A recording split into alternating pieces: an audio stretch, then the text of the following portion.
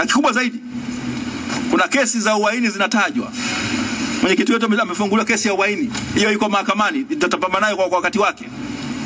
Tunasema hivi, yeyote yule ambaye anapoka, anasigina au anachezea haki ya mwananchi kuchagua kiongozi wake, na ambaye anaiba, anasababisha kuibiwa kwa kura, anatenda uhaini dhidi ya Jamhuri ya Muungano wa Tanzania, na adhabu yake yeye ndiye anayestahili kunyongwa.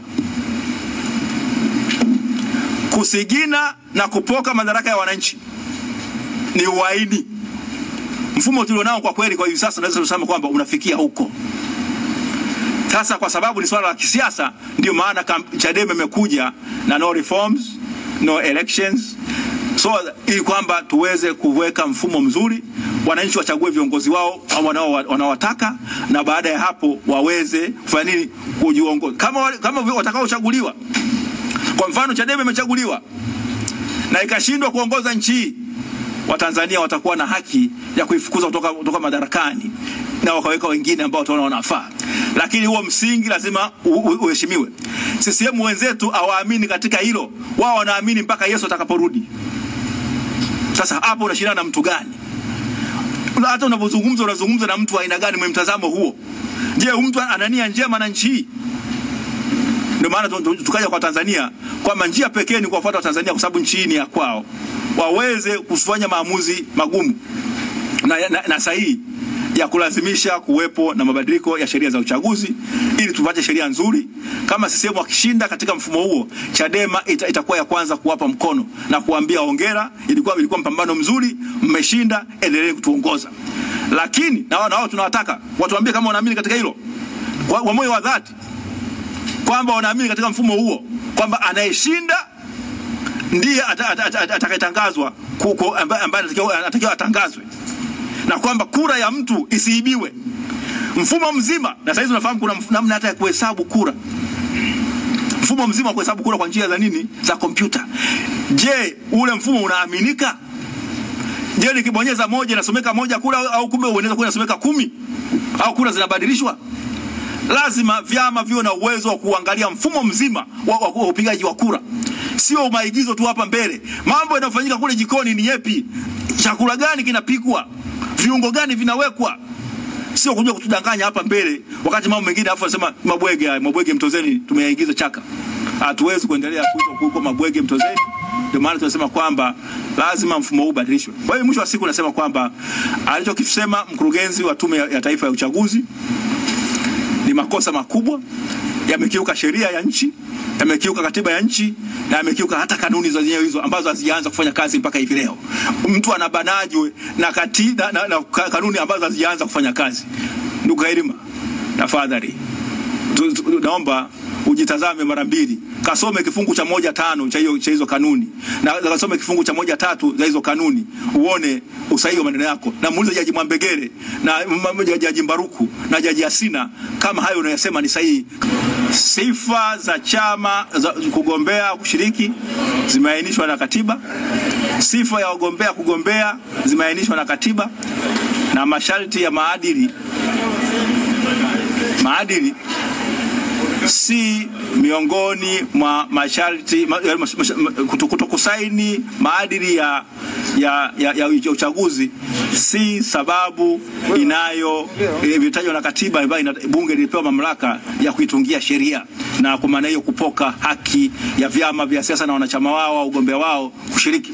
Kwa hiyo tuliona kama ni upotoshaji, ni propaganda mbaya, lakini bahati mbaya imefanywa na tume, na ilikuwa inalenga kuwadhoofisha, kuwanyong'onyesha wanachama wa Chama cha Demokrasia na Maendeleo pamoja na washabiki wao na wapenzi wao ambao wanaamini katika chama hiki kwamba ndicho ambacho kitaifanya nchi iondokane na umaskini na kila aina ya kudharaulika ambayo nchi yetu inafanyiwa hivi sasa, licha kwamba imekuwa ni nchi ambayo imekuwa huru kwa zaidi ya miaka 64, lakini ina hali mbaya sana na heshima yake sio kubwa. Tumekuwa wataalamu saizi, utaalamu uliopo saizi serikalini wewe ni namna gani utaenda kuwa ombaomba mkubwa. Sasa hiyo ndio CCM imetufikisha hapo, na hatuwezi kuendelea kuwa na nchi ambayo imeporomoshwa chini namna hiyo, wakati ni nchi ambayo ina rasilimali nyingi sana za kuweza kufanya maisha ya Watanzania yaweze kuwa bora zaidi, na nchi hii iweze kuwa nchi ya maziwa na asali, kwa maana halisi ya maneno hayo. Huwezi kuwa na Tanzanite ukaendelea kuwa maskini, huwezi kuwa na maziwa matatu makubwa katika bara la Afrika ukaendelea kuwa maskini, huwezi kuwa na bandari na bahari zote ukaendelea kuwa maskini, lakini CCM imefanikiwa kuzigawa zote na kuwapatia watu wa nje, na sisi kuendelea kutopea umaskini, na tunageuzwa kuwa akina Somali kwa mtemo akina Matonya, kwa maana katika kufunga na kufungua, alama za kufunga na kufungua usemi, tumekuwa Matonya wa hali ya juu. Hiyo ndio sisi imetufikisha hapo. Tumekataa. Tunasema Chadema hajabadilisha msimamo, inadai mabadiliko ya kutosha, mabadiliko kamili ya sheria za uchaguzi. Kile ambacho kimefanywa na Kailima ilikuwa ni propaganda chafu. Ni propaganda chafu, na hapa tunataka tu kwamba wao kama dhamira zao bado zi hai, tumekataa. Na kama akili zao zinafanya kazi, wasaishe hiyo, wafute hilo tamko.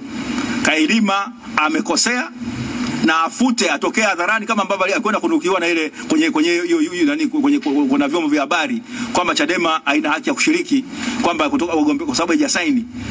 Madhari amesema hayo kwa kuwa inapingana na katiba ya Jamhuri ya Muungano ya Tanzania, na pingana na sheria hiyo ya uchaguzi ambayo anaitumia. Aondoe na afute kauli hiyo. Afute kauli hiyo. Sisi Chadema msimamo wetu uko pale pale. No reforms, no elections, kwamba tutahakikisha kwamba bila mabadiliko ya katiba na mfumo mzima wa uchaguzi usiwepo, kwa sababu tunaamini kwamba uchaguzi huu jinsi ulivyo, ukiingia tumepigwa. Nikana nilivyosema, CCM wamechukua madume, majike, mizungu yote na nganda sita zote. Kwa hiyo wewe unakwenda pale umeshapigwa. Ni setup, kwa neno la Kiingereza, it's a setup game, or a rigged system. Na natumia maneno haya kwa maana ya uchungu mkubwa, kwa sababu hatuwezi kuwa na viongozi wanaotokana na uhuni na wizi wa kura. Mwalimu Nyerere alisema, wengine wamesema, na sisi tunasema kwamba hatuwezi kuwa na mfumo wa ujanja. Tunataka viongozi wetu watokane na maamuzi ya Watanzania. CCM kama ina dhamira safi bado, kama kuna chembe ya usafi na dhamira katika mioyo yao, waweze kuruhusu mabadiliko yafanyike, ili mwisho wa siku, kwa sababu mwisho wa siku wao ni Watanzania na sisi ni Watanzania, tuchague watu, wapatie Watanzania haki yao ya kuchagua viongozi wao, ili tuwafanye watoto wetu, wajukuu zetu wawe na maisha bora zaidi. Sisi tunataka tuwawekee msingi watoto na wajukuu zetu, msingi mzuri ambao utawafanya kwamba waishi katika nchi ya kweli, yenye demokrasia ya kweli ya vyama vingi. Na kwenda swala lingine. Unasema nikaulizwa kwamba na bwana Boniface, wale watumishi waandamizi, ndio watumishi waandamizi kwa jinsi waitunga hii sheria, kwa sababu mahakama ya rufaa mwisho wa siku ilisema wakurugenzi wanaweza wakasimamia. Neno wakurugenzi, watumishi waandamizi linajumuisha na hao wakurugenzi wa wilaya, wa manispaa na nini. Kwa hiyo ni mfumo ambao bado ni ule unahakikisha kama CCM inaendelea. Sisi Chadema inasema tume huru ya uchaguzi ni ile ambayo watu wote wanaiongoza wanatokana na kuomba, wanasaidiwa na watu ambao wako huru, wanachaguliwa. Uongozi wote, tume inaajiri wafanyakazi wake yenyewe, ni ndio ambaye ina jukumu la mwisho la kuamua nini, la kusimamia ule uchaguzi pale. Hakutakuwa na mtu wa usalama wa taifa, hakutakuwa na polisi. Kama polisi akija atafanya kazi chini ya maagizo ya tume, na kwamba vyama vyote vitakuwa na uhakika kwamba walioko pale ndio ambao wanatakiwa kusimamia uchaguzi, na hakutakuwa na kuingiza kura za uongo. Na kingine kubwa, Chadema si la mgombea au kwamba aliibiwa. Jukumu la kudhibitisha kwamba uchaguzi ulikuwa huru na wa haki ni la Tume ya Taifa ya Uchaguzi. Kwa hiyo unapotokea uchaguzi umefanyika na kunatokea kuna mgogoro wa uchaguzi, au kwamba kuna kesi mahakamani, tume itashtakiwa, na ndio ambayo itabidi ithibitishe mahakamani kwamba uchaguzi uliosimamia ulikuwa huru na wa haki. Ni tofauti na sasa ambao unasikia kwamba wewe ambaye umeshindwa ambao unadaiwa kwa umeshindwa ndio ambao unatakiwa kudhibitisha kwamba uliibiwa namna gani, wakati nyaraka zote wewe huna, wanazo wao. Wale wenye nyaraka zote na ambao walisimamia ule mfumo ndio watakuwa na jukumu la kudhibitisha kwamba kura zilikuwa huru na za haki. Angalia tulivyofanya, hivi ndio kura zilivyopatikana ni hizi hapa, hivi ndio baba zilivyohesabiwa na huyu alipata hizi. Kwa hiyo yale mambo sio ya kuchoma kura hayata kuwepo, yatabidi kwamba wathibitishe kwamba waliongoza uchaguzi kwa namna inayotakikana.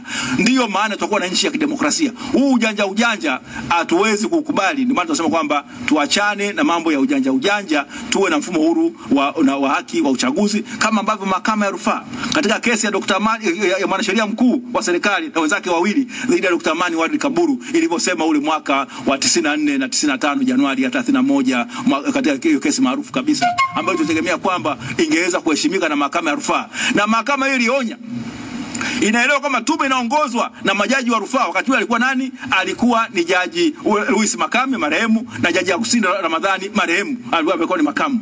Hata kama